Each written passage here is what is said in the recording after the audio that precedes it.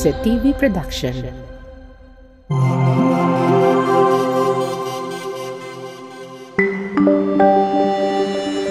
Your only island TV channel.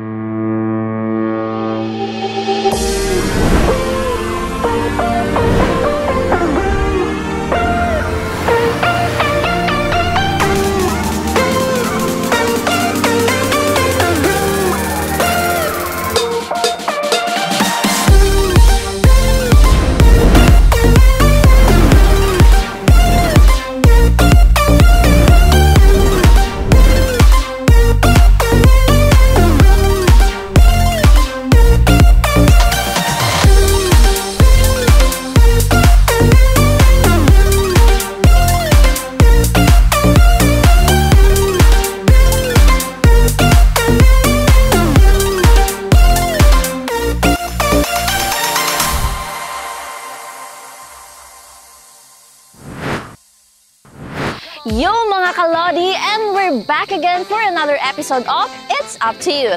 This is your host, Kristen Lim, ang inyong sporty bestie, at makakasama nyo ako sa panibagong episode ng It's Up to You. Dito lamang yan sa Isa TV, your only island TV channel.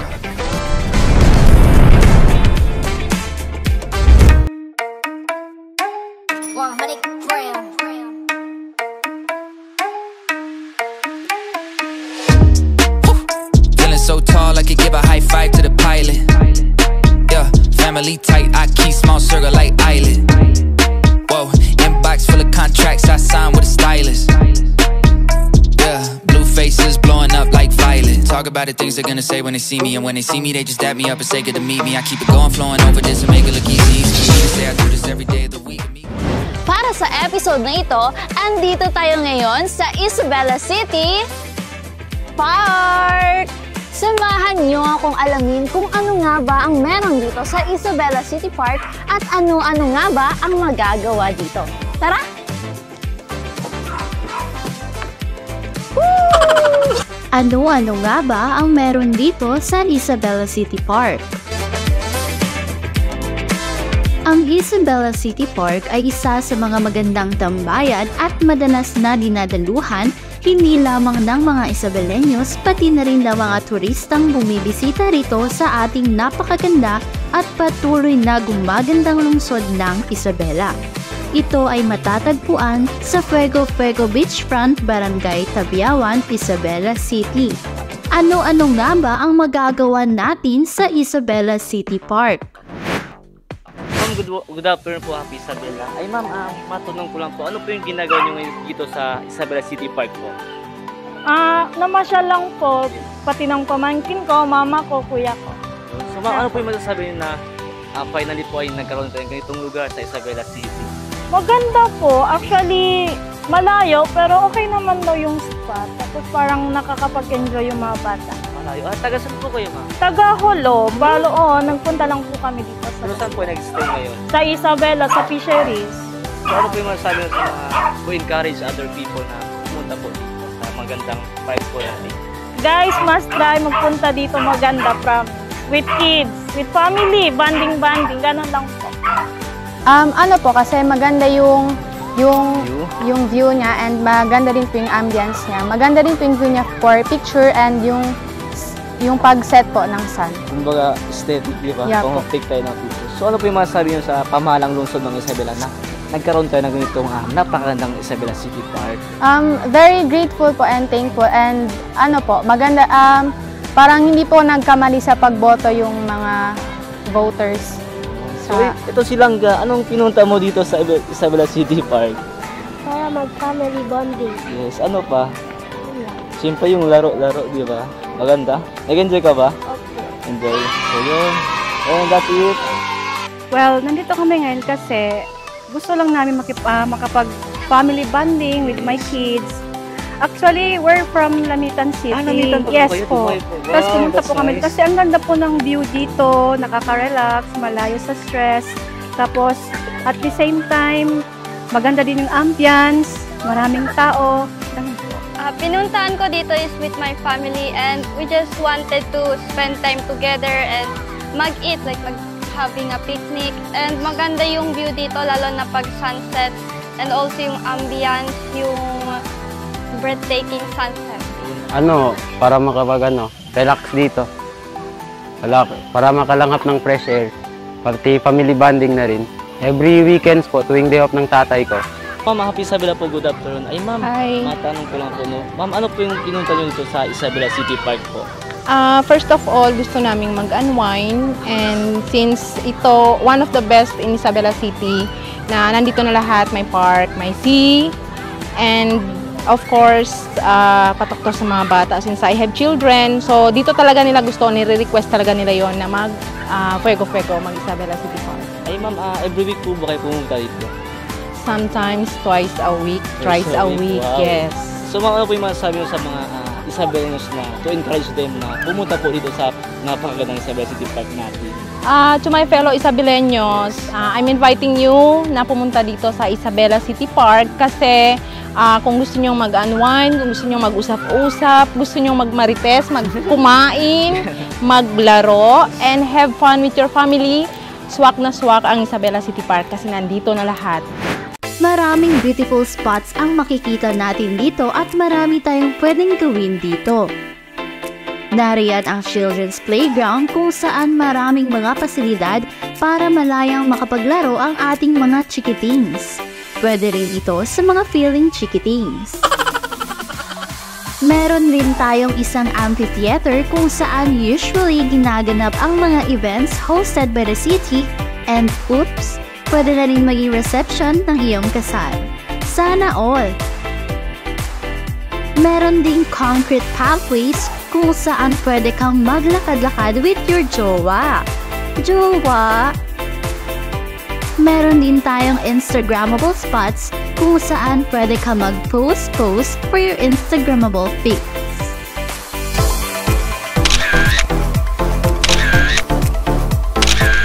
May dry picnic benches din tayo kung saan pwede nyong i-enjoy ang view and do a little catch-up ng iyong family cause family bonding is the best.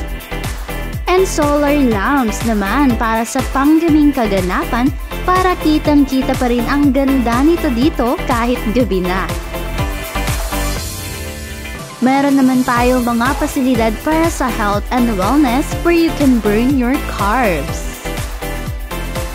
Meron din tayong side benches where you can just freely sit and chill with your friends and family. Pwede rin namang jowa nyo. Ay, oops! Wala akong kasawang jowa now. Meron naman tayong bridge o boardwalk kung saan pwede kang maglakad-lakad para umaura. O, diba? And yes, meron din tayong napaka-breathtaking view. The best of all, ang sunset view, where you can just enjoy and sit with your loved ones. You can sit here and enjoy the beauty that God has given us. All of these are designed by our no other than Isabela City architect Crystalline Valerie Lustria. Dumating ako sa City Engineer's Office sa LGU natin 2020, year 2020. So time pa, nasa peak pa tayo ng COVID-19. So may budget na to from the DBM which is 20 million. And then, so yun yung unang project na na-assign sa akin. Unang naging idea natin is paano yung pagdating ng time na magiging normal na lahat, paano ma-enjoy ulit ng mga tao yung lugar natin to enjoy the open space. So we designed this open space para sa lahat. This is very inclusive kasi everyone can go here, everyone can enjoy the view, especially nasa tabing dagat tayo. Yun. So I'm inviting every Isabeleño, even people outside Isabela, to enjoy our new Isabela City Park. Everyone can enjoy from bata hanggang sa matatanda. Everyone can. This is all for you, for Isabela. Noong November 26, 2023, opisyal na binukas sa publiko ang Isabela City Park na pinangunahan ni Deputy Minority Leader and Basilan Lone District Representative Congressman Mujib Hataman at City Mayor Siti Jadia Turbin Hataman. Maraming nakiisa at dumalo during the official opening of the Isabela City Park. Dahil mahal natin ang Isabela, pinapangalagaan natin ang Isabela. Dahil mahal natin ang Isabela, nakikisabay tayo at nagpo-contribute tayo para sa ikakadevelop at mas tayo pang ikakadevelop ng Isabela. Dahil mahal natin ang Isabela, ang mga anak natin ay nangangarap hindi lamang para sa sarili nila, kundi para sa Isabela City. Para sa akin, masasabi ko may kapayapaan. Kung yung mga katulad kong taga-Basilan ay pwede nang umuwi ng Basilan nang walang pangamba.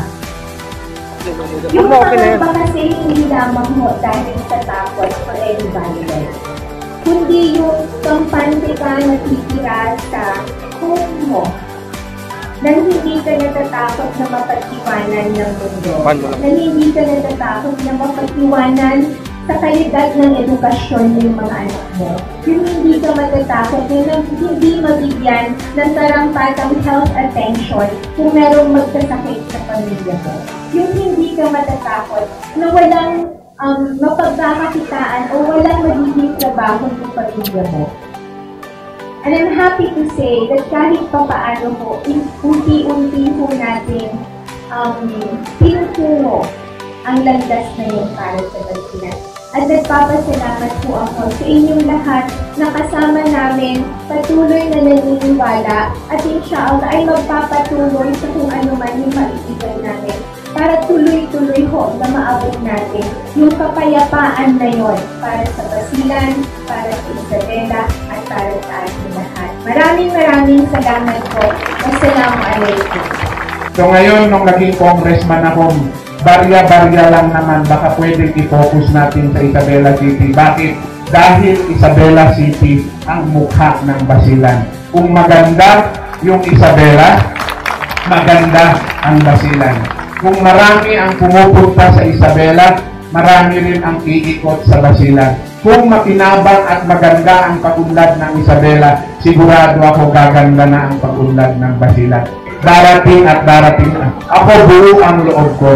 Darating at darating ang panahon, uunlad at uunlad ang Basilan, uunlad at uunlad ang Isabela City. Gaganda at gaganda ang buhay natin. So sa inyo lahat, maraming salamat. Assalamualaikum warahmatullahi wabarakatuh.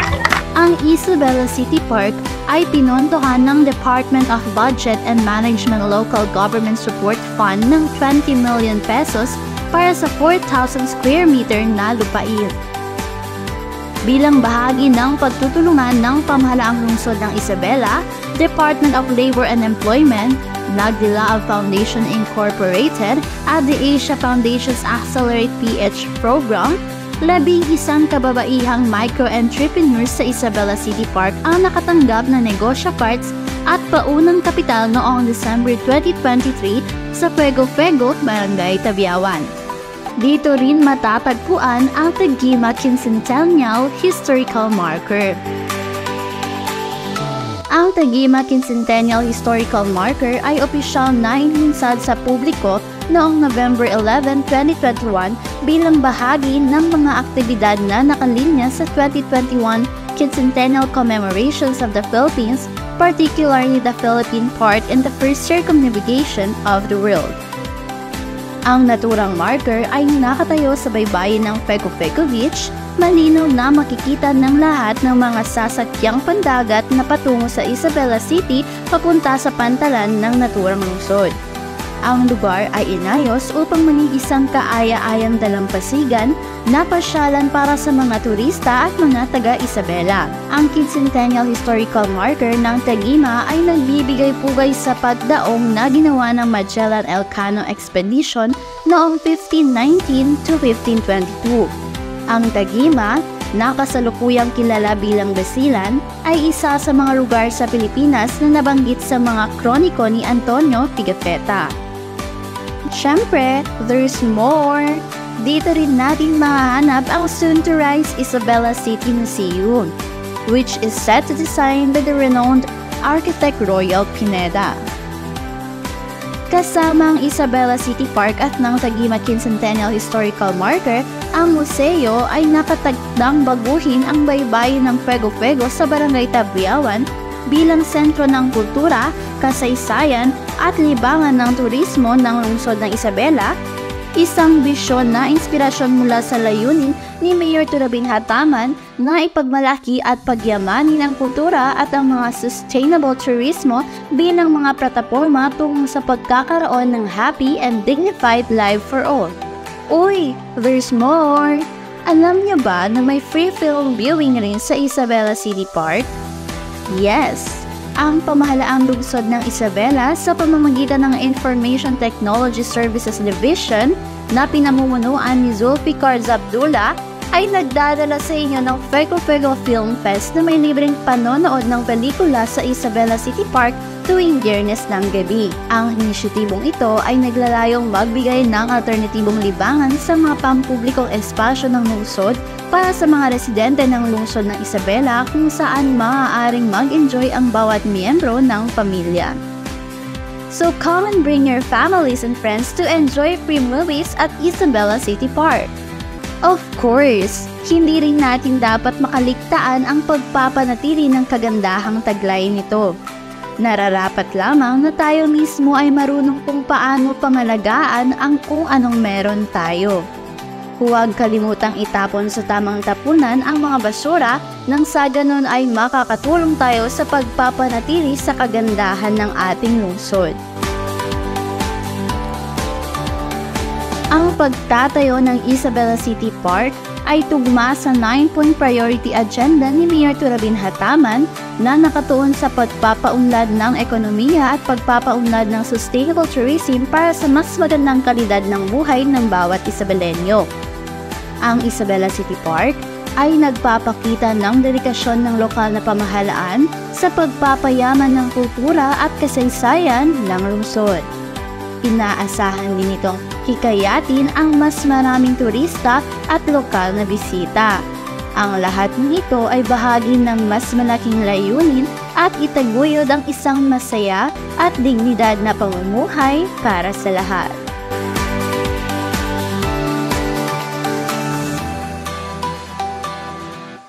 And that was it, you all guys! Sana'y nag-enjoy kayo para sa episode na ito. Kita-kits sa susunod na episode, kasama pa rin ang inyong sporty bestie, Christine. Abangan niyo ako sa susunod na episode ng It's Up to You. Dito lamang yan sa Isa TV, your only island TV channel.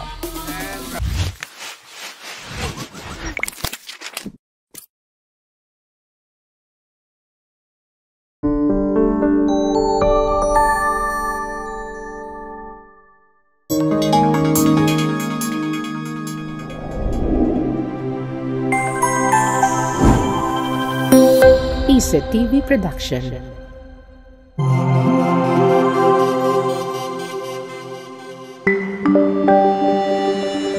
Your only island TV channel.